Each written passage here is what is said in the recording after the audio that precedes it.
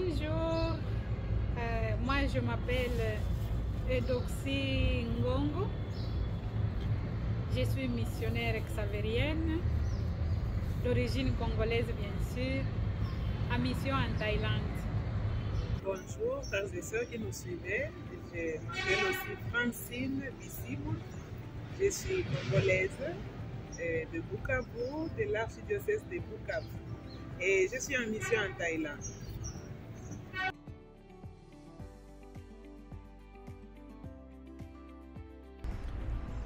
Bon, moi je dirais que l'appel pour aller en mission en Thaïlande fait partie de ces grands projets d'évangélisation qui est, disons, le centre de notre charisme comme missionnaire de Marie xavérienne.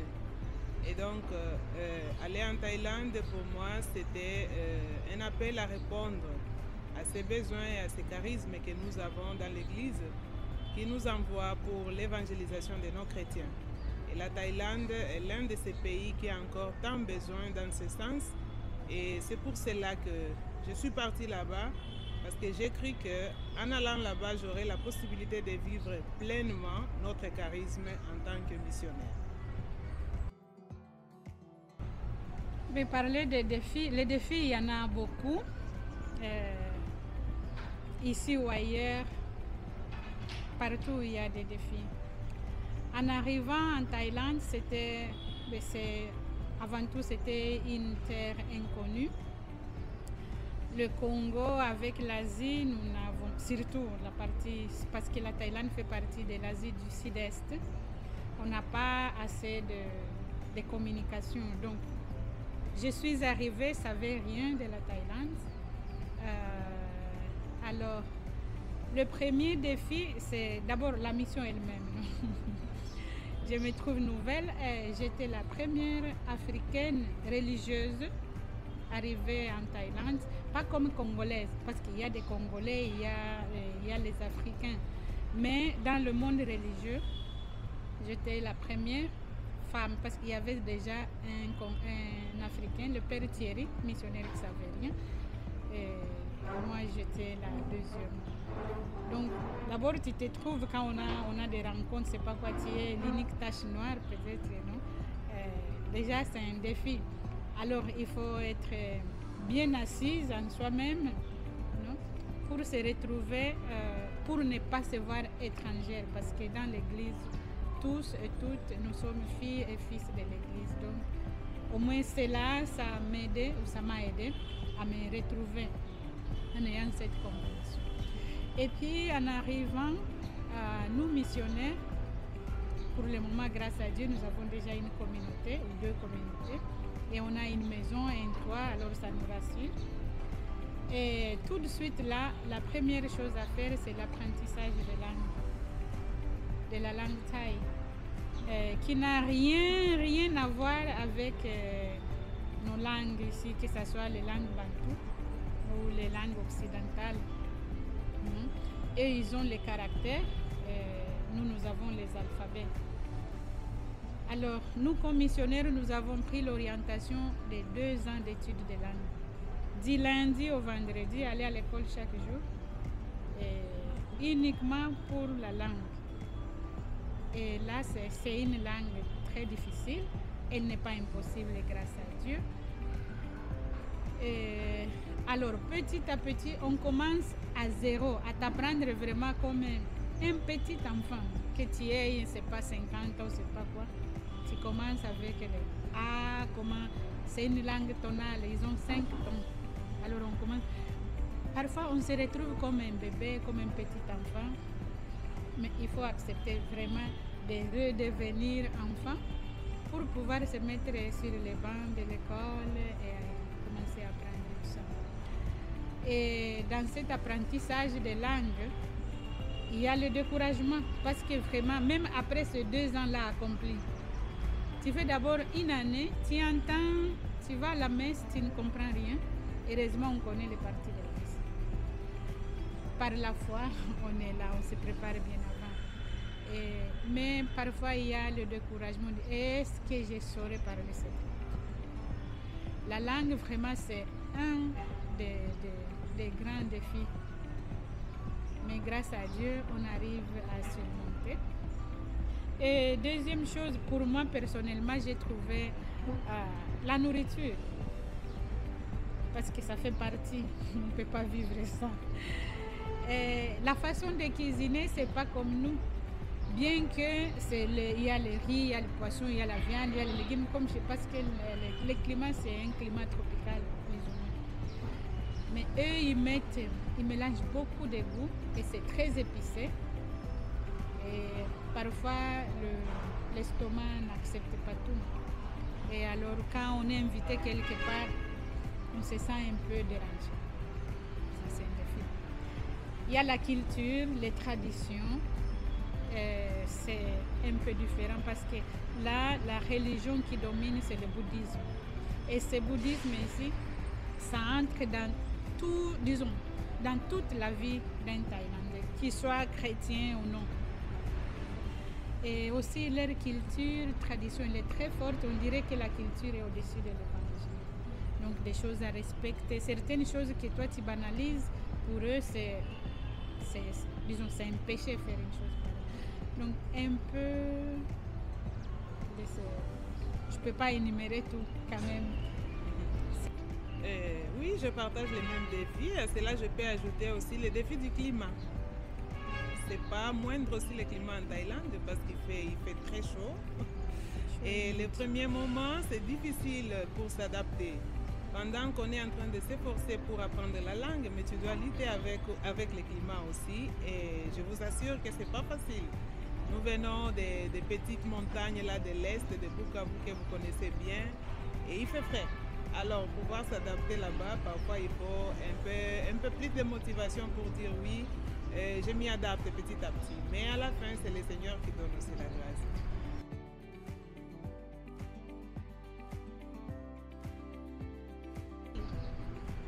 Ce que j'ai appris de tous ces défis-là, disons, c'est la patience.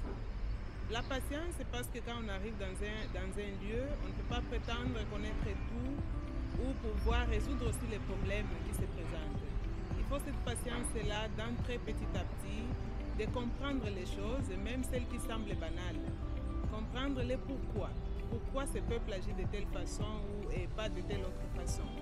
Alors, même les petits jugements que je pouvais avoir, par exemple, même sur la nourriture, petit à petit, je suis en train de relativiser. Je vous raconte quelque chose là à propos de la nourriture et ça regarde la façon de cuisiner les poissons. Moi, dans ma vie, je n'avais jamais vu où on prépare les poissons avec du sucre. Alors, une fois en Thaïlande, quand je voyais ces plats-là bien attrayants et qu'on nous présentait là-bas, tu vois un poisson là-bas qui t'attire, mais quand tu vas goûter, tu sens que c'est plein de sucre. Alors, ça me décevait énormément et je sentais que mon appétit s'en allait. Alors je me disais, mais comment ces gens peuvent préparer du poisson avec le sucre? Moi, je ne comprenais pas parce que je n'ai jamais vu ça chez moi. Mais là, c'est leur façon de faire. C'est leur façon de faire et ils savourent ça vraiment parce que c'est délicieux pour eux. Alors, petit à petit, j'ai appris à ne pas me fâcher devant ces plats de poisson, mais à comprendre que moi, je ne peux pas imposer ma façon ou mes goûts à ces gens. Mais petit à petit, j'entre. Et grâce à Dieu, il y a beaucoup de choses aussi qu'on peut manger.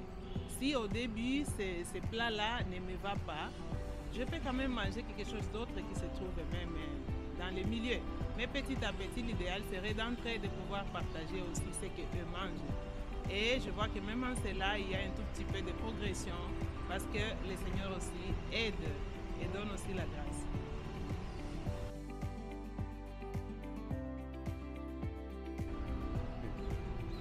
D'accord. Il y a plein de choses belles, de belles expériences qui nous ont marquées, qui nous ont façonnés et qui nous aident à grandir, non?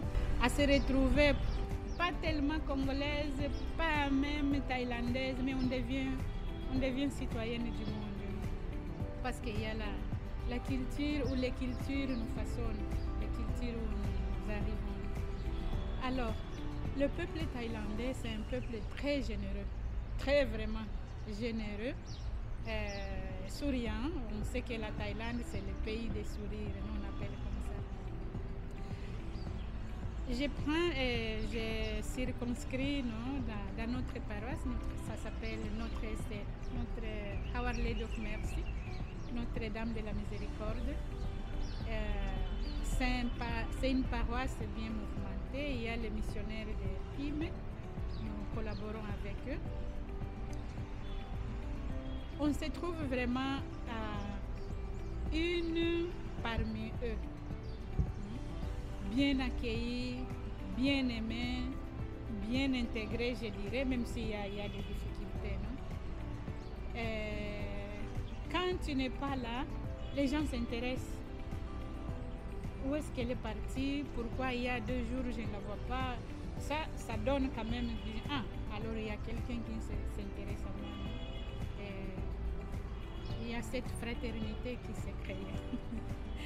Cette fraternité qui s'est créée. Et ça, c'est beau. Ça, c'est beau. Et puis, on est là, on nous soutient. Les chrétiens nous soutiennent avec les dons en nature. Même les vêtements. C'est pas comme au Congo où on attend les dons du missionnaire.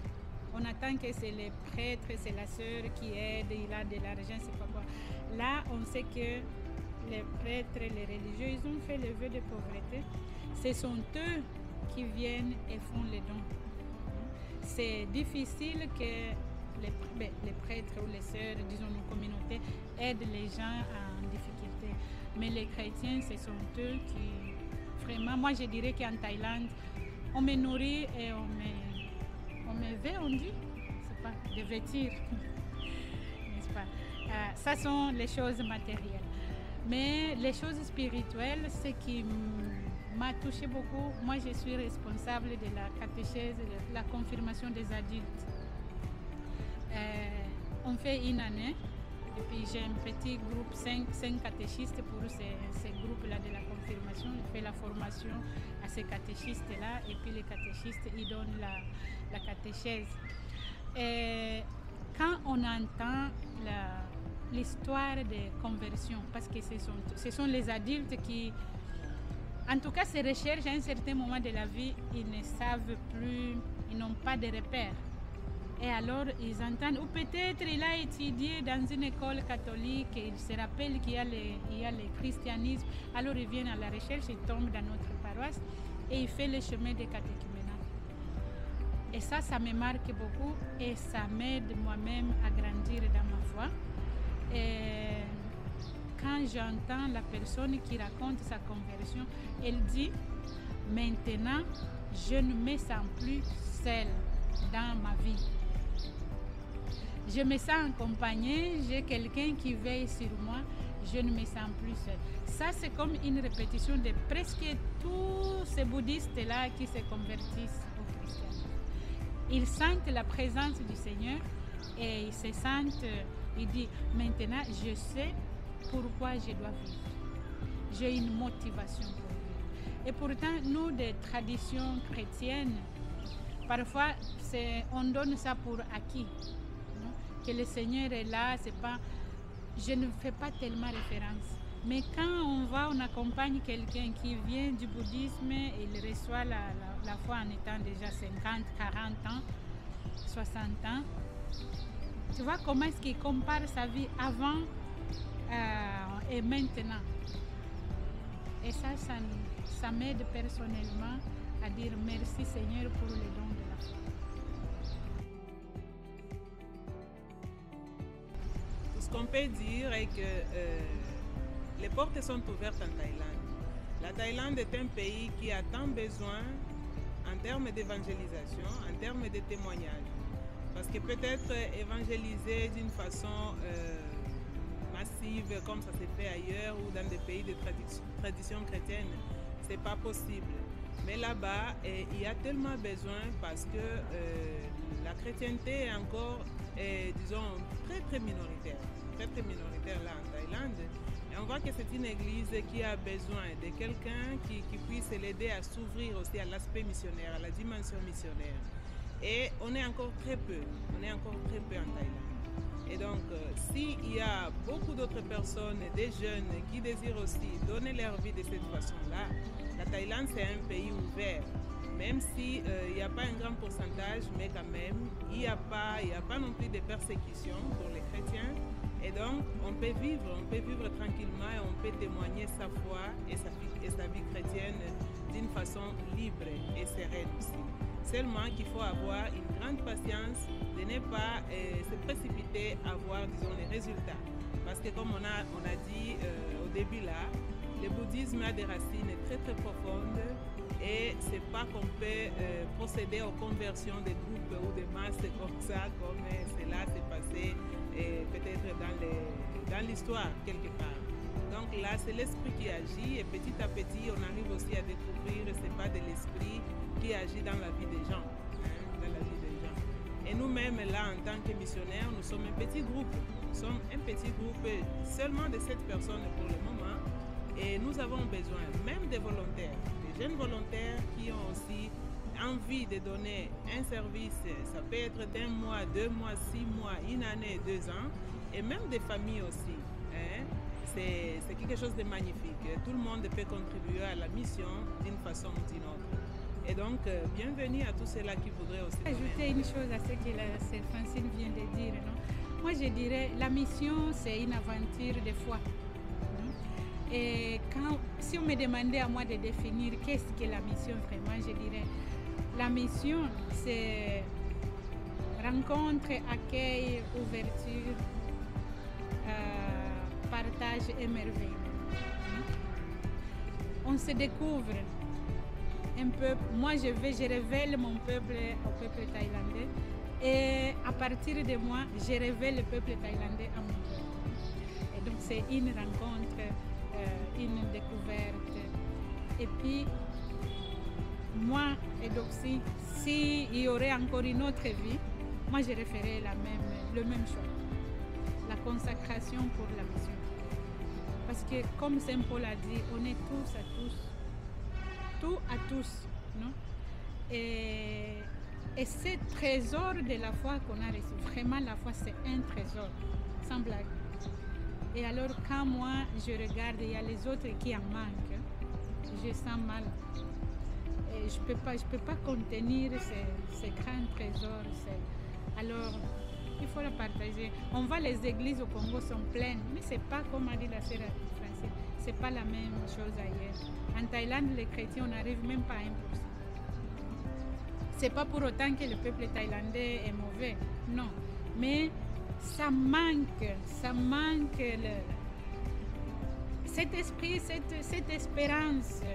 Parce que le bouddhisme, c'est une religion qui n'a pas, disons, l'empreinte ou la notion de la miséricorde. On se sauve soi-même. Donc, l'espérance de dire qu'il y a un sauveur quelque part. On meurt, donc on est angoissé. La vie, parce que je dois faire tout par moi. Mais quand toi, les chrétiens, tu sais qu'il y a le Seigneur, tu respires. C'est pas que je me laisse aller, mais je sais que malgré ma faiblesse, je ne peux pas, je peux invoquer. Alors ça me pousse à être aussi généreux. Donc aux jeunes, aux mamans, aux papas, à tout le monde, la mission est pour tout. Et chacun a sa place.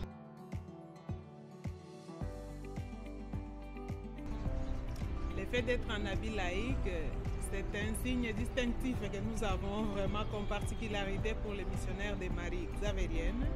Et ça, c'est depuis l'origine, dès notre fondation. C'est pas qu'on a abandonné la tenue pendant, disons, au long de l'histoire, mais nous avons été conçus comme ça.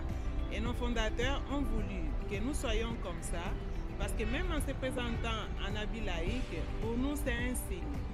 C'est un signe parce que nous voulons imiter la Vierge Marie, qui allait porter la bonne nouvelle, mais à Élisabeth, allait annoncer la nouvelle comme ça de la naissance, de la conception de Jésus à sa cousine Élisabeth, mais elle n'avait rien qui pouvait la distinguer des autres filles de son temps. Elle est allée en portant ce grand secret qu'elle avait en elle, mais c'est seulement elle qui savait.